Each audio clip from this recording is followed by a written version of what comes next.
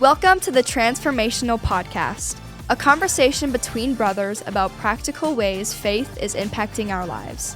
If you are inspired through this episode, please leave a review and share this podcast with others. We hope you will join us on this journey as we are learning to let faith change the way we live. Now we're recording, Chris. My bad. Are you ready for this? Banana. Coming at you right here, the Transformational podcast. You got the pastor from Paradise. Oh, my mercy. And the Marine from Maryland. Welcome. Chris, joining us. Yeah. What are you doing? How much caffeine are you drinking? Enough, man. I'm telling you, I'm at that age now, or that time of life where my kids go to bed really late, and so that it forced me to bed pretty late, and I still wake up in the morning about the same time. Mm-hmm. So lots of caffeine. Been working on a bunch of stuff today, but it's a good day. So what's going on in your world, man? Well, first of all, forgot to hit record, and so we'll just talk about that for a second. Yeah, we already had now we got to pretend like you haven't told me this before. But we have to have a solid, 3 or 4 minute conversation again, not on record. Hey, now this week was good. It was warm, and we had the Canadian wildfires, in our area this week. Reduced visibility down to 1 mile. The sun, I didn't tell you this part. The sun, when it was rising yesterday morning, looked like Apocalypse Now. Like It was just kind of blood red, kind of in the sky as it was coming up. Yeah, it was crazy. And one of the things was, we had I had to do this thing where I do PT, physical, training with the program manager, PT with the PM. And we do it at a park not too far from here. And it's about 30 minutes. It's really warm, so we were all sweating really hard. But it's mainly military. And someone at work was like, "What are you doing? PTing out in all of the smoke?" And I was like, "Oh, trust me, we live in that condition. Like that's where we are." We just feel like we're redeployed. Yeah, I know. Actually, we were telling stories. That's actually what started happening. So we're working out and we're like telling stories. So like, oh yeah, this one time. So it's kind of funny. It was fun to get together and work out. Cool. Definitely glad it's kind of moved out a little bit today. Yeah. I got out in the yard. I tried to get out a little bit early, although it wasn't that early, Chris, but it was just so hot. I'm like riding around on my lawnmower at this point because I got to ride lawnmower. I got a big yard. And the shoes I'm wearing. Ride my lawnmower. I like to. The shoes I'm wearing are totally soaking wet, like I stepped into a lake or something. From riding a lawnmower, bro? Well, I do a little bit of push mowing first. Yeah, come on now. But I sweat because we're in the time of the summer that is my least favorite days of the entire year. When you start hitting triple digits, oof, ouch. Dude, when the wind blows, it feels like you're an exhaust pipe. Now, nothing is as bad as when it was like 110, 113 in Odessa, and everybody was like, it's dry heat. It's a dry heat. Who cares? No. It's a burn your skin heat is what it feels like. Dry heat. Yeah, I'm reminded of how much I enjoy winter, and I know that some people just can't stand that I would say that, but I'm just telling you, I love winter. That's one of the things I loved about Canada. Yeah, you can put on a heavier jacket. You can put on thermals. You can put on stuff. You can turn on a fire or turn on one. Well, if it's electric, now we do. Or a gas. We build a fire here. We don't have we can't just turn it on. But that being said, like you can do those things. There's only so many clothes that are acceptable to take off, bro. And even then it still doesn't keep you from sweating like crazy. I know. So yeah, I'm a big fan of air conditioner. I'm sure you could tell that when y'all stayed at our house. Well, it's funny. You talk about how hot it is and walking outside. We were dropping Josh off at the drum camp today. It's his fourth nice year. Pretty cool drum camp. They bring in artists from around the country. You can't beat that. Hey, everybody, that's like the third time. Stop. You're not supposed to say that. It's just like we couldn't leave it off, but just because you forgot to hit record. Just because I forgot to hit record. But anyway, we're setting up all his drum set and the rest, and we're having to walk it from the car inside. And has he done this camp before? He's been doing it 4 years. So he's getting in a rhythm of it. You're so ridiculous. Oh my goodness. Oh, you were so proud of that. I think you really wanted to set that up. I see what you did there. I had to set it up. I see what you did there. All right. Yeah. No, it's a cool camp. They bring artists in from all over the place, professionals, and there's like 70 kids this year. They work on stuff all day long. It's really neat. Do they kind of go slow through their training because they don't want to rush it? They just want to. They just want to make sure that they're in a rhythm. Okay, there you go. Okay, thank you. There you go. They want to be on beat. Yeah, Chris, lots of drum humor. Listen, when it comes to jokes like that, I don't miss a beat. Go ahead. That was terrible. Okay. Hey, Chris, you know what we should do? We should stop doing this because we need to talk about what we're here to talk about, Robert. Let's talk about what we're here to talk cutting up. I don't know why. Jokes, so. Yes, I know. You know what we should do? We should talk about it the way we use our words, Chris. How about that? How about that? Let's talk about how we use our words. That's what I've been looking at just the last day or so in Proverbs 18. And actually, if you read Proverbs, it's actually throughout Proverbs here and there, bits and pieces of wisdom about, the way we speak. But this morning I was reading in Proverbs 18 and I just want to highlight a few of them real quick and then we can maybe zero in on them. Let's do it. But as you go through, Proverbs is a collection of writings of wisdom. King Solomon did quite a few of them, or a lot of it's his wisdom. Some of it is, what is his name? It starts with an A. Forgot his name suddenly. I was going to say it a second ago. Now I forgot. I'll remember it in a second. But Asaph. Asaph, thank you. Wisdom of Asaph. That was a trick question. And then there's a trick question. Sorry. And then there's some they don't know who to attribute them to specifically. They have some ideas. But bottom line is, this is just wisdom that God put together. And the point is that like when it comes to wisdom, it's not necessarily exactly always commands. As much as it is, hey, these are guidelines that if you live by these guidelines, it's going to make you better. It's going to make you better at life. It's like wisdom for life. It's principles of truth that, man, just apply them and it will change some things. But this is what he's, as I walked through and read through Proverbs 18 this morning, it starts with, or actually I'll back it up to 17 real quick because I just think it's interesting that 17 talks about it and then you just jump into 18. 17 verse 27 says, a wise person uses few words. A person with understanding is even tempered. And then even fools are thought wise when they keep silent, when they're with their mouths shut, they seem intelligent. Like that's how he ends 17 or that's how 17 ends. Can we real quick on that one? That one's like been for the longest time. That's been my number one verse. Especially when I'm in like a new job or a new role in my job. Yeah. Like when I went to 2nd Tank Battalion, one of my first, probably funniest experiences is, and that verse, like literally that verse was in my brain, Chris. You know, fools are thought wise, they keep their mouth shut. So I'm standing around a bunch of tankers and they're talking about a field exercise that we're about to go do with the tank battalion. I have never been to the field with a tank battalion and they're talking about field trains and combat trains. They're talking about all this stuff. I am a C-130 guy. I'm a tanker, as in I give gas, not a tanker, boom, boom. And so they're talking about all this stuff, and I'm mentally like, I'm smiling, I'm lying. I'm like, oh, yep, field trains, definitely need to get those going. That's important. Combat trains, very important, keeps things moving. Yeah. And but in my brain, only thing I can see is an actual like legit train. You know what I mean? And I'm like, what is this? Yeah, so I immediately left that thing. Put the tracks down for this?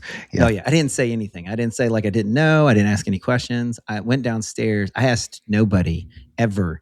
And I went on the internet and I was like, United States Marine Corps combat train.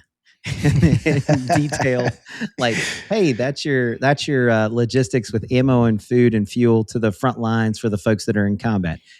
All right, okay, got it. All right, United States Marine Corps field train, and it's like that's the logistics element that takes food and bullets and beans and band-aids and bandages and everything else that you can imagine to the supporting unit that's supporting the combat train. That's and I was funny. Like, oh, talk about on the job training there, Robert. Well, you know what's funny is, no kidding. You know what's funny, Chris? Seriously, what? No one ever.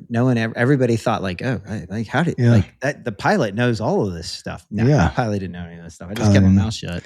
Yeah, I think it's interesting because you got John Mayer, say what you need to say. The reality is that I think we need to say way more than we actually need to say, that if we would keep our mouth shut, because he also has a song in a previous album that goes, my stupid mouth has got me in trouble. I said too much again. All right. And it goes on in detail. Dude, that's the story of my life. I said something because I thought, now this is going to surprise you, because I thought it would be funny, right? And I'm just trying to make people laugh, right? And the reality is that it put me in a bad place. And you know, I see a generation sometimes where they make these ginormous statements of, and you're like, you don't have enough life experience to know. Just like be quiet. You didn't have to say that. Just you know, and so I think about that is that 17 just says, man, wise people use their words well, is what I wrote down in my journal. Wise people use their words well and don't overspeak. They keep quiet because those who are kept quiet are thought to be wise. And then I just wrote, think and listen more than you speak. Which is important, because then he jumps into 18 verse 2, says, fools have no interest in understanding. They only want to air out their own opinions. And I think that's interesting. It's something that is echoed other places in scripture of be quick to listen, slow to speak, and slow to get angry, right? We tend to be quick to speak and slow to listen.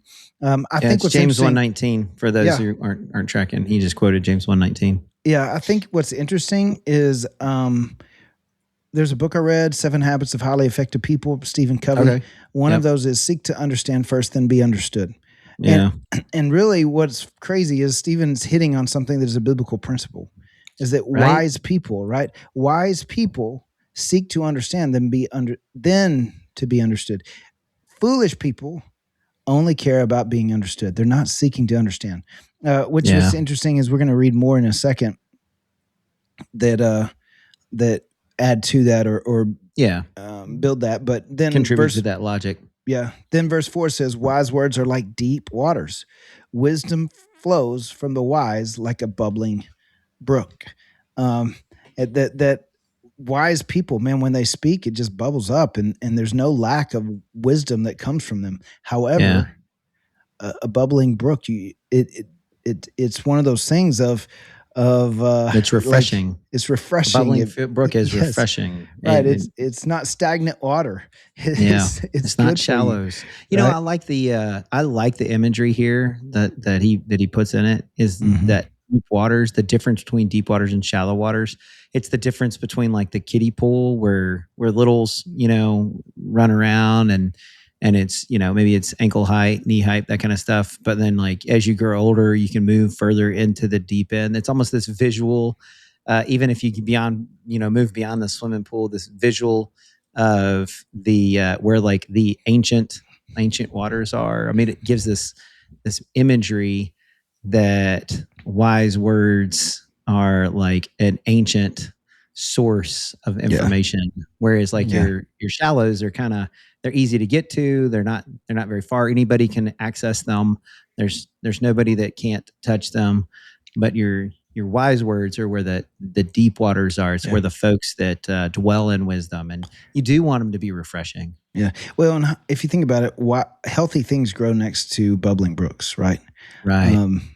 Unhealthy things grow next to stagnant ponds, right?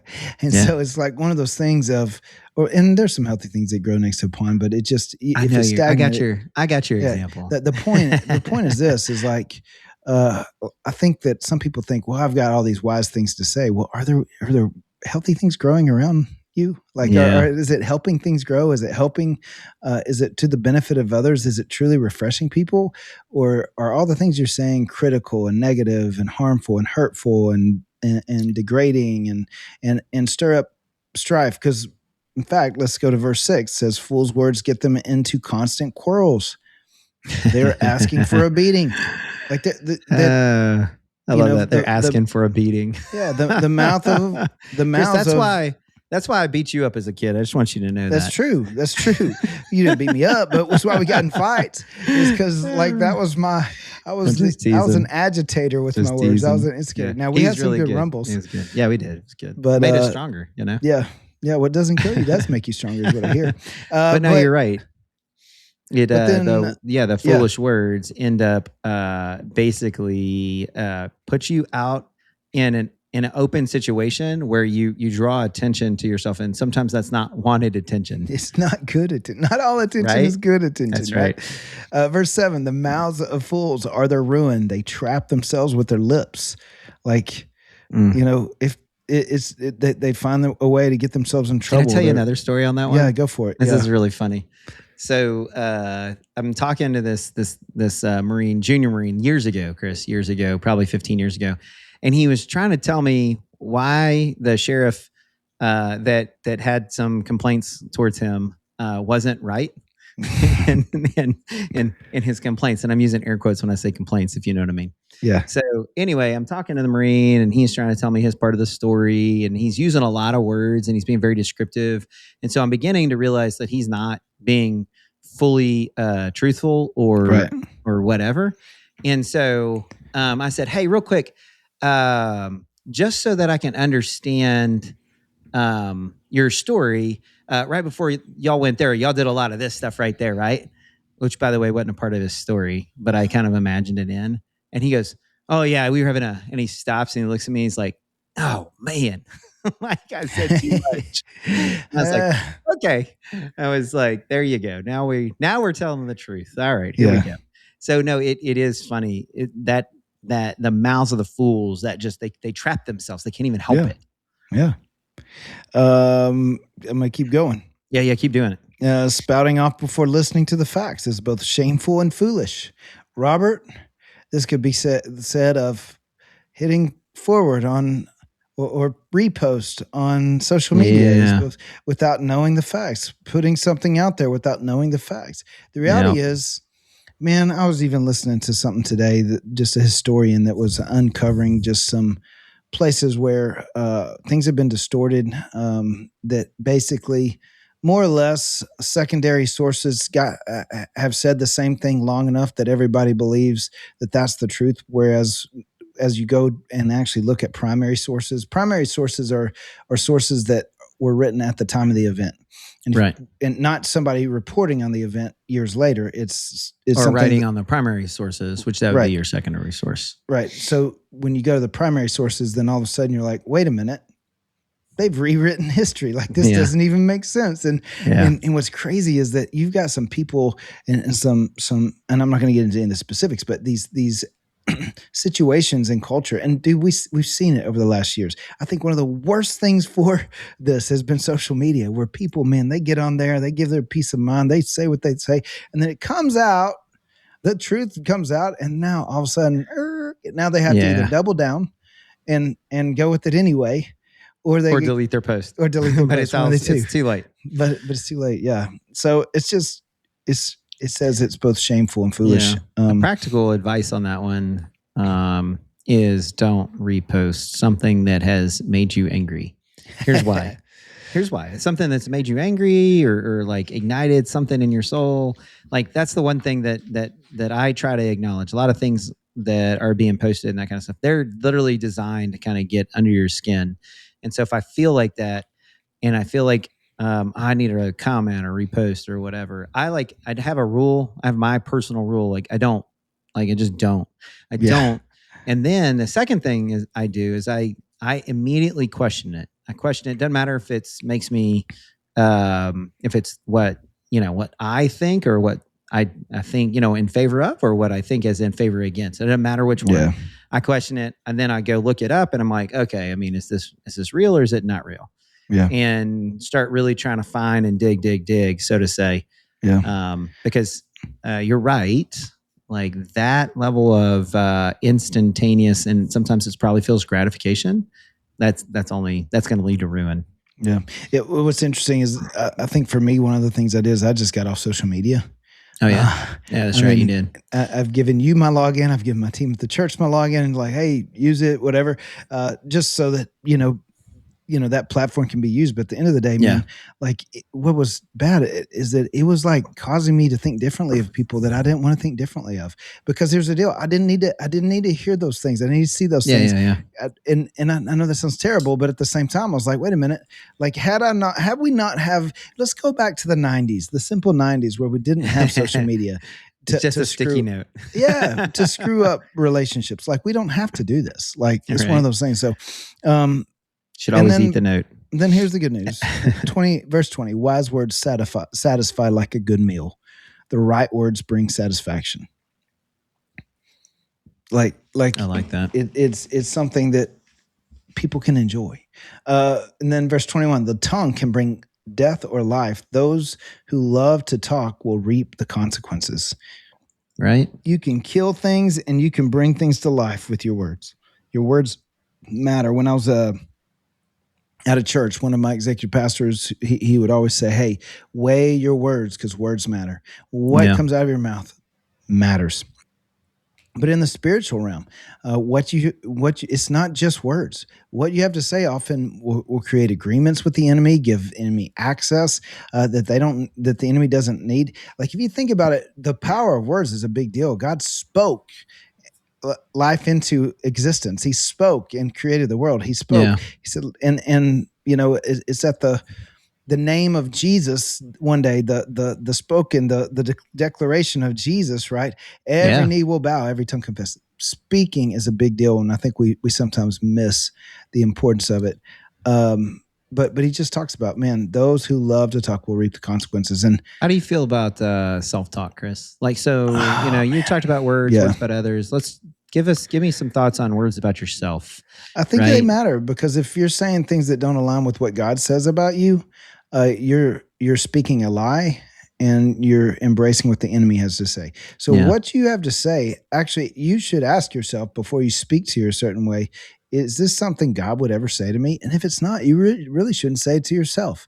What's crazy, Robert, is there's science today that shows the power of your self-talk words. Now, I get the whole, you're smart, I forgot the whole little saying. What is it? Smart, you're good looking, and doggone it, people love you. Like it's one of those deals of, I think, you take something that's true and you take it to an extreme, and it's kind of ridiculous. But I think that if you understand, hey, I'm only going to speak things to myself that God has said to me, or that God says about me, then that's you're training your body, your brain, what the chemicals that your brain releases when you start speaking that kind of truth into your life. I agree. Like, there's science that shows the power of your words. Craig Rochelle's book, Winning the War in Your Mind, he talks a little bit about this and the science behind it. So it absolutely matters. I think one of the ways to determine the difference, Chris, like, is this God or is it not? Because I think sometimes the words that we're listening to, we're trying to go, well, you said, don't listen to or repeat the words that God wouldn't say about me. And so then we turn that a little bit into, well, God says, don't do this. And so that's who I am. Right. And so it says, don't be lazy. And so we turn that into, okay, so if I was lazy, then I am lazy. And what God's saying is, you're not lazy. That's not who you are. So the difference between the two, and I tell people this all the time, is I'd say this to myself, by the way. I'm going to be the first to tell you. One of the things, the self-talk that I had for the longest time, that even now I still try to amend, is I was like, oh, you idiot. That's what I used as, oh, dang it, you idiot. And now there is funny versions of that, and I'm not taking away from that, because I think about Uncle Si, right? Oh, you idiot, But he doesn't believe that about himself. That's the thing. And so I used to believe that about myself. And so one of the things, instead of being like, idiot, I'd be like, oh man, I was like, that's not who you are. You're better than that. You're better than that, right? Yeah, my word is, come on, do better. Yeah, right? Do better. Come on, man, do better. My point being is that when Chris is talking about that, the tongue brings life or death, when you are allowing yourself to repeat what the enemy has said about you, when you're allowing yourself to repeat what the enemy has said about you, then you're starting to buy into the lie that he's trying to keep you down. He's trying to make you less effective. He is trying to diminish your impact on the world. He's trying to diminish your sphere of influence. And the way he does that is to get you to believe a lie about yourself. And so that's one of the things I just want to anchor on, that, bring life or death, because I think that's a big deal. So I want to jump over to James chapter 3 real quick, because this is something that James talks a lot about, and this with me, with the wildfires that you talked about, this is one of the things that jumped to my mind, because James talks about controlling the tongue, and James was Jesus. This is just a little history for those who may not know. He was Jesus' brother, didn't believe in Jesus until after Jesus raised from the dead, which makes sense, Robert. Yeah. I mean, it would take a lot for me to believe my brother was the savior of the world until I saw him raised from the dead. That would probably work. I mean, you're a good guy, fair. But man, I'm good, but I ain't that good. Yeah. But James chapter 3 says, "Dear brothers and sisters, not many of you should be teachers." I'm going to actually jump down verse 2. It says, James 3 right now? Yeah, James 3, verse 2. I'm there. "Indeed, we all make many mistakes, for if we can control our tongues, we would be perfect and could also control ourselves in every other way." It says, "We can make a large horse go wherever we want by means of a small bit in its mouth. And a small rudder makes a huge ship turn wherever the pilot chooses to go, even though the winds are strong. In the same way, the tongue is a small thing that makes grand speeches, but a tiny spark can set a great forest on fire." He says, "Among all the parts of the body, the tongue is a flame of fire. It is a whole world of wickedness, corrupting your entire body. It can set your whole life on fire, for it is set on fire by hell itself." It says people can tame all kinds of animals. I'm going to stop there. But verse 8, no one can tame the tongue. It is restless and evil and full of deadly poison. Sometimes it praises our Lord and Father, and sometimes it curses those who've been made in the image of God. Yeah. And so blessing and cursing come pouring out of the same mouth. Surely, my brothers and sisters, this is not right. Yeah. So do better. Here, check this out. Does a spring of water bubble out with both fresh water and bitter water? Right. Remember the fresh bubbling spring we talked about a minute ago? He comes Deep back waters. and goes, hey, you want to know if your words are wise or not? Like, is it blessing people or cursing people? Is it building people up or tearing people down? He says, does a fig tree produce olives or a grapevine produce figs? No, you can't draw fresh water from a salty spring. He's saying it's going to be one or the other. So I guess when we look at it, here's the big idea is like our words matter. They matter to God and they matter to the direction. I mean, here he's making the argument of, hey, your words will affect your entire life. It'll impact every other area of your life. It steers your life. It sets your whole life on fire if it's not used right. Fire is a good thing, Robert, in the right context. Yeah. But outside the right context, when used wrongly, it's or when uncontained. Uncontained is incredibly damaging. And so, I think as a kid, sticks and stones hurt my bones or break my bones, but words will never hurt me. That's like not true. The reality is that your words don't just hurt those that you speak to; they can also hurt you. And not only that, like they also the flip of that is your words can actually help others and build others up. That's they can help going. You. That's right. And so the reality is like, how are you using your words? Wise people weigh their words. They're going to think through them. They're going to weigh them. They're going to ask, I don't need to just say what I think I need to say. Like take a step back and go, all right, is it good? Is it encouraging? Does it build others up? Is it of good report? Like, is it something that I believe that God would say to this person or about this person? And if not, then I just need to be quiet. Because if I'm quiet, guess what? People will think I'm wise, even if I'm a fool. So it's better to just remain quiet than to open my mouth and remove any doubt. Yeah. No, people don't need you beating them down. I try to practice, and I'm not perfect at this. And I'm not perfect at it partly because I'm just busy in a day, but I try to practice. I call it the Barnabas principle. Barnabas was known for being an encourager. Yeah. And so I try to practice this principle where I walk through the office and when I see folks, I try to like encourage them for whatever they did. So people will oftentimes will provide something to the boss. The boss is me, and they never hear, because it goes through a couple people before it gets to me. They never hear like, was that good? Was it bad? Did you need it? Did you not need it? And that's just the way it goes. And they never get to hear back. And so what I'm trying to do, and Chris, I'm not always good, but I've been trying to go, okay, let me go encourage them. Like, hey, that was spot on. That was exactly what I needed. I appreciate the way you you did this, appreciate the way you did that. And sometimes it's just simply going through the office and being like, man, I was like, so glad you're here today. Like I'm stoked that you're here in the office. And they're like, ha ha ha. And like, and then I laugh and I'm like, I don't know where I'd be without you. And then I just walk away.